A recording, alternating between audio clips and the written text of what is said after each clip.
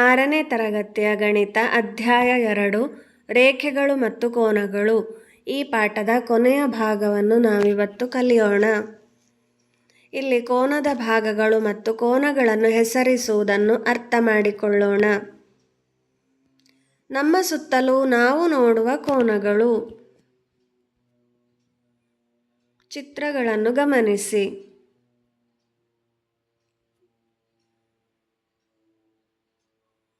ಈ ಚಿತ್ರದಲ್ಲಿ ಎಷ್ಟು ಕೋನಗಳನ್ನು ನೀವು ಗುರುತಿಸುತ್ತೀರಿ? ಕೋನದ ಭಾಗಗಳು. ಚಿತ್ರದಲ್ಲಿ AB ಮತ್ತು CD ಎರಡು ರೇಖಾಖಂಡಗಳಾಗಿವೆ. ನಾವು CDಯನ್ನು D ಬದಿಯಲ್ಲಿ ವಿಸ್ತರಿಸಿದರೆ ಏನಾಗುತ್ತದೆ? ಈ ವಿಸ್ತರಿಸಿದಾಗ CD ರೇಖಾಖಂಡವು ABಯನ್ನು ಒಂದು ಬಿಂದುವಿನಲ್ಲಿ ಸಂಧಿಸುತ್ತದೆ. ಅದನ್ನು O ಎಂದು ಕರೆಯೋಣ.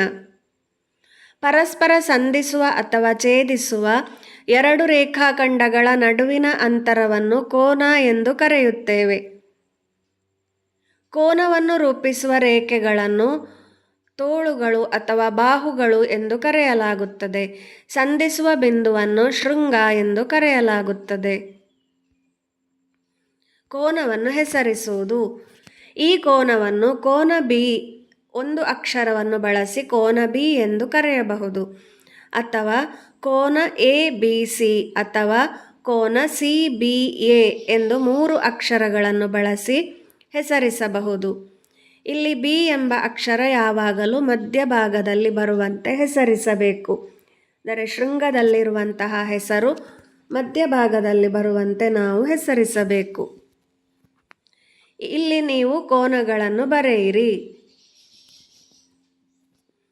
ಕೋನ AOB, ಕೋನ KLM, ಕೋನ MLN, ಕೋನ KLN, ಕೋನ DCE, ಕೋನ GFH.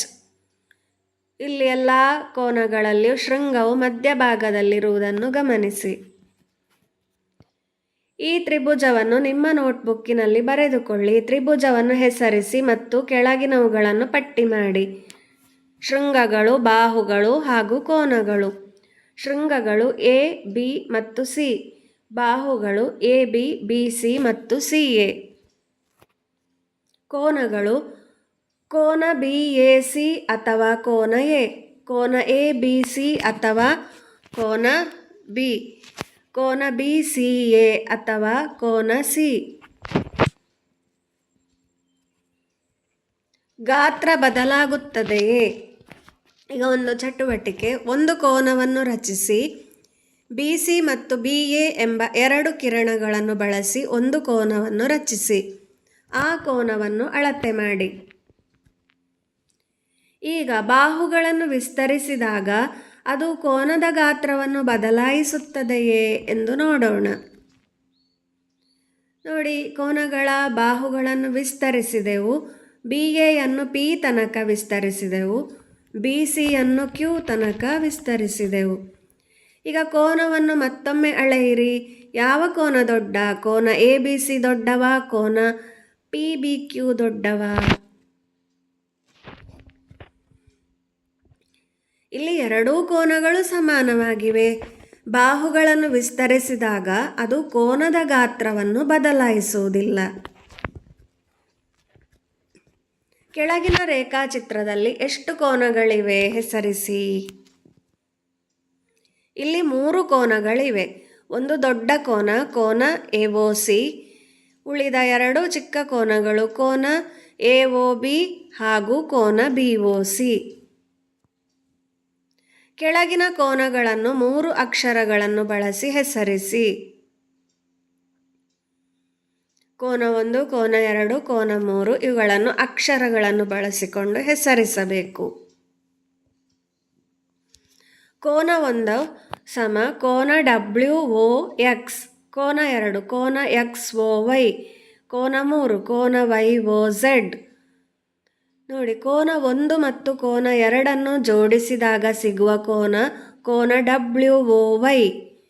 ಕೋನ 2 ಮತ್ತು ಕೋನ 3 ಜೋಡಿಸಿದಾಗ ಸಿಗುವ ಕೋನ ಕೋನ XOZ. 3 ಕೋನಗಳನ್ನು ಜೋಡಿಸಿದಾಗ ಸಿಗುವುದು ದೊಡ್ಡ ಸರಳ ಕೋನ ಕೋನ WOZ. ಸರಿಯಾದ ಉತ್ತರವನ್ನು ಆರಿಸಿ. ಕೋನ X ಅನ್ನು ಹೀಗೆ ಹೆಸರಿಸಬಹುದು. ಇದರಲ್ಲಿ ಯಾವುದು ಸರಿ? ಕೋನ PCQ ಸರಿಯಾ? ಅಲ್ಲ. ಕೋನ PBC ಸರಿ ಇದೆ. ಕೋನ AQC ಅಲ್ಲ. ಕೋನ QAP ಅಲ್ಲ. ಸರಿಯಾದ ಉತ್ತರ ಕೋನ PBC. ಕೊಟ್ಟಿರುವ ಆಕೃತಿಯಲ್ಲಿ ಇವುಗಳನ್ನು ಗುರುತಿಸಿ. 2 ಲಘು ಕೋನಗಳು, 2 ವಿಶಾಲ ಕೋನಗಳು, 2 ಸರಳಾಧಿಕ ಕೋನಗಳು. ಲಘು ಕೋನಗಳು ಯಾವುದೆಲ್ಲ ಇವೆ ಇಲ್ಲಿ? ಕೋನ AOB ಮತ್ತು ಕೋನ AOD. ವಿಶಾಲ ಕೋನಗಳು ಕೋನ BOC ಮತ್ತು ಕೋನ COD. ಸರಳಾಧಿಕ ಕೋನಗಳು ಕೋನ AOB ಮತ್ತು ಕೋನ COD.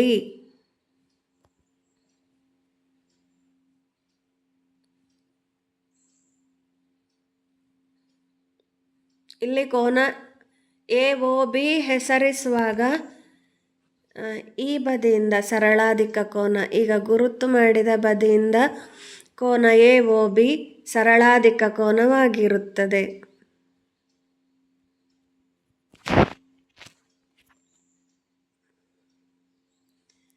ಈ ರೀತಿಯಲ್ಲಿ ಕೋನ AOB ಇದು ಸರಳಾಧಿಕ ಕೋನ.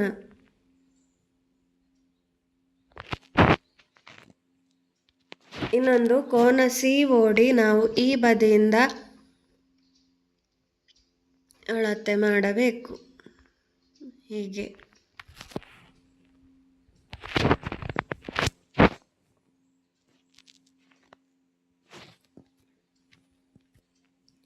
ನೀವು ಎಂದಾದರೂ ಕೇರಂ ಆಟವನ್ನು ಆಡಿದ್ದೀರಾ? ರಾಣಿ ಇರುವ ಸ್ಥಾನವನ್ನು ಗಮನಿಸಿ. ರಾಣಿಯನ್ನು ರಂಧ್ರಕ್ಕೆ ಹಾಕಲು ನೀವು ಯಾವ ಬಿಂದುವಿನಿಂದ ಸ್ಟ್ರೈಕರನ್ನು O ಕಡೆಗೆ ಗುರಿ ಇಡುತ್ತೀರಿ ಎಂಬುದನ್ನು ಗುರುತಿಸಿ.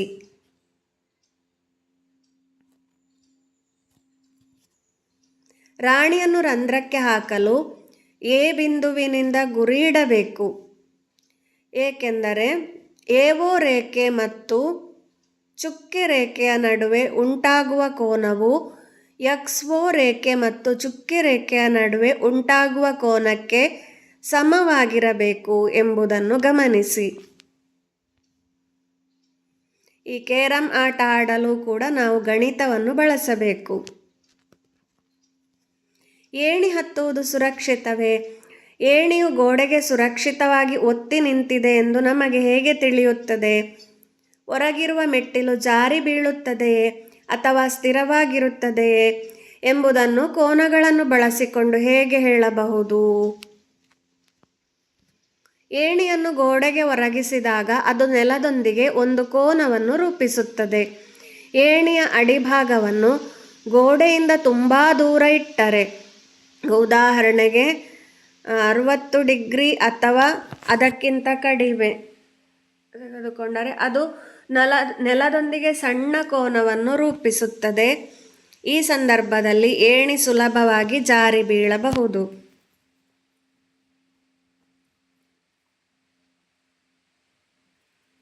ನಾವು ಏಣಿಯನ್ನು ಗೋಡೆಯಿಂದ ತುಂಬ ದೂರವೂ ಇಡಬಾರದು, ತುಂಬ ಹತ್ತಿರವೂ ಇಡಬಾರದು.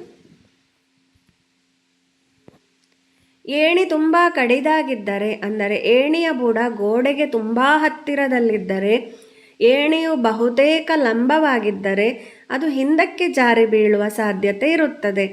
ನೆಲದೊಂದಿಗೆ ಸುಮಾರು 70ರಿಂದ 75 ಡಿಗ್ರಿ ಕೋನದಲ್ಲಿ ರೂಪುಗೊಳ್ಳುವ ಏಣಿಯು ಸಾಮಾನ್ಯವಾಗಿ ಸುರಕ್ಷಿತವಾಗಿರುತ್ತದೆ.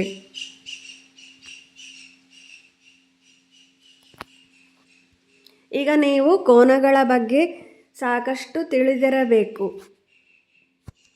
ಧನ್ಯವಾದಗಳು. ಮುಂದಿನ ತರಗತಿಯಲ್ಲಿ ಭೇಟಿಯಾಗೋಣ.